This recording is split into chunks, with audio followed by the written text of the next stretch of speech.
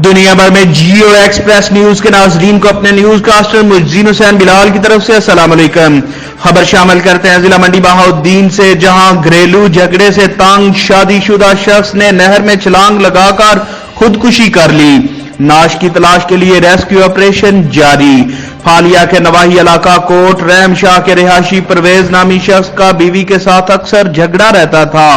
परवेज के भाई ने मीडिया से गुफ्तगू करते हुए कहा कि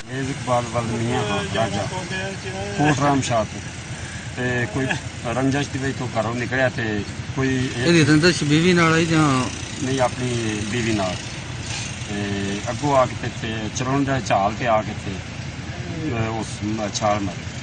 तुसीं की लगदे उन्हां दे भाई? ठीक है। परवेज का अपनी बीवी के साथ किसी बात पर झगड़ा हुआ, जिस पर उसने दिलबर्दाश्ता होकर आरक्यू नहर में हेड चिरोंड के मकाम पर छलांग लगाकर जिंदगी का खात्मा कर लिया। वाकये की इतला मिलते ही रेस्क्यू 1112 की टीम मौके पर पहुंच गई और नाश की तलाश के लिए सरतोड़ कोशिश कर रही है। कैमरामैन नवीद अफजल चिरोंडिया के साथ रिपोर्ट मुज्जीन हुसैन बिलाल, जियो एक्सप्रेस न्यूज, मंडी बहाउद्दीन।